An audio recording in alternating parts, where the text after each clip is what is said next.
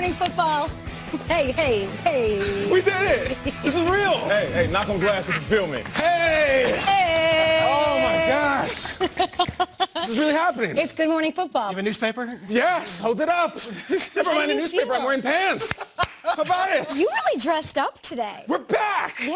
Woo. How you feel, Peter? I feel great. You look like Patrick Bateman. You look fantastic, Kyle. Not bad. We're back like we never left, and we're social distancing. I can't reach can't you. even touch you. We got to do handshakes like this, Kyle. Don't run over here and hug me, Nate. You're a hugger. We're all huggers. Hey, you gotta so far away. So far, but I get to look right across from you now. It's pretty nice. We got Peter Schrager, Nate Burleson, Kyle Brandt. My name's Kay Adams. This is our show. It is Good Morning Football presented by Rocket Mortgage. We are live in New York. It's October 28th, back in studio. Let me just say thank you. I'm sure you guys want to add thanks to everyone who made this happen. We wanted to do it as safely as possible, and we did that. A lot of protocols, a lot of ways, a lot of people, hundreds of them, in fact, making us secure and safe here. So thank you from top to bottom from us. No doubt. Everybody involved, even those that aren't with us anymore. A lot of people put in work for us to do the show when we were at home, and now that we're in studio, we're thankful. Thank you, Appreciate everyone. you guys. Thank you, everyone watching Yeah. while we were in 4 boxes and looking like the Brady Bunch. If you hung with us throughout all that, you're going to love today's show. Listen, it was about 5 months ago. We were doing home segments for Twitter asking, should the Chargers draft a quarterback or stick with Tyrod? And a lot of people went into making that happen. And now we are here. We are in New York. We are thrilled. Let's talk some football. Let's do it. It's good to see you guys. Good to see you too. I will say, over the past 7 months, the lead block has been really lacking. Okay, So if we could just get it together. Oh, he's taking a sip, clearing his throat. It's time for the lead block. Let's go. Let's start in the AFC East, gentlemen. The Bills host the Patriots on Sunday. And while his own quarterback is struggling, Bill Belichick praised Josh Allen yesterday and how he has matured and taken a leap as a passer. Take a look.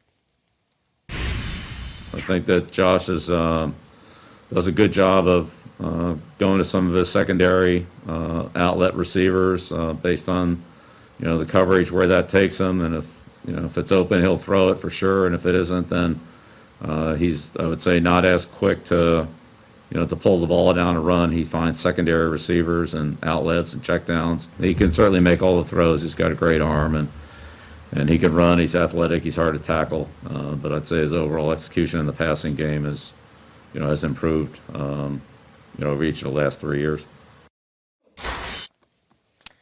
All right, Kyle, the Patriots, they got blown out by 27 points. Week 7, it wasn't pretty. This is like nightmare Georgie in the storm drain level stuff going on in New England. They even pulled Cam Newton in the process. The Bills, they're in first place in the East. They lost 2 of their last 3, failed to score a touchdown against the Jets. It's a breaking point for both teams. Let's start with Peter here, then Kyle, Nate. We'll all get in the conversation here at this crazy big breakfast table.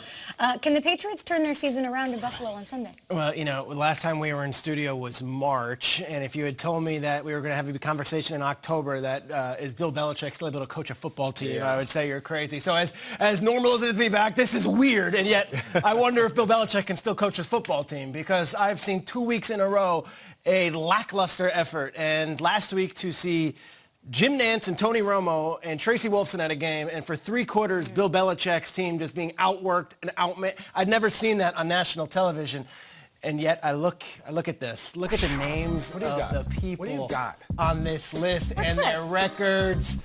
Belichick doesn't lose to the Bills. Raise your hand if you're a Bills coach and you've been able to beat Bill Belichick in the last 20 years. Put your hand down, Mike Mularkey. Put it down. Mularkey, get out of here. Perry Fuel, you had a shot. Get out of here. It's a very, very small list, and the name at the top is Sean McDermott, 0-6. So as much as the Patriots are struggling, this guy, for me to be questioning Bill Belichick in week 7 means that this thing is hitting its nadir. It's the very bottom.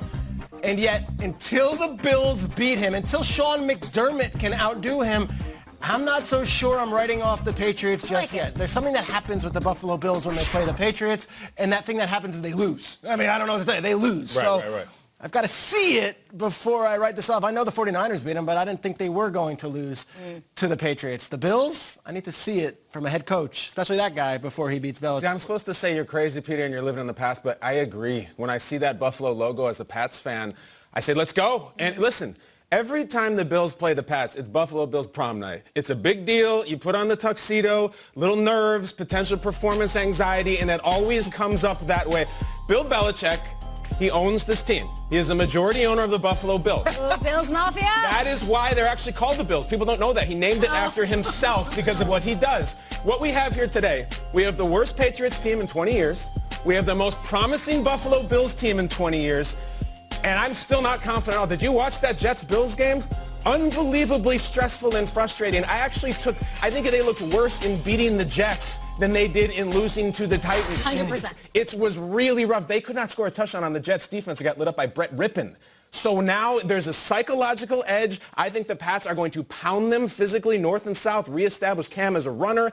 Everybody they have who can run the football, run it right at Buffalo. And I'm nervous. Listen, Nate, you know what happens at the end of prom night. I don't want it to go that way, okay? I'm hoping Buffalo can get over this thing, unlike I did. Let's have something happen here, right? 1997, hello. I feel you on that. And speaking of that, it's about protection of the quarterback. You know what I'm saying? Yeah. No, here's the thing. When it comes to the Pats turning it around. How much time in the pocket, though? A lot of time in the pocket. It comes down to them getting after the quarterback. Because right now we're looking at the Buffalo Bills who have struggled over the last few weeks. In the beginning of the season, they were on fire. So can they turn around? Yes. The question is, how do they do that? They're going to have to get after the quarterback, and they haven't done that. We've seen bad Josh Allen as of recently. Sure. Can the Patriots come in and bring that same type of pressure? Can they still collapse the pocket while keeping him in the pocket? They have 9 sacks on the year. We're social distancing because of protocol.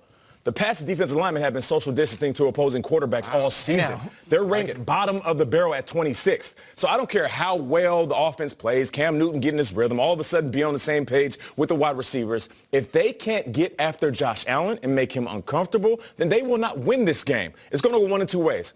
Josh Allen will continue to struggle.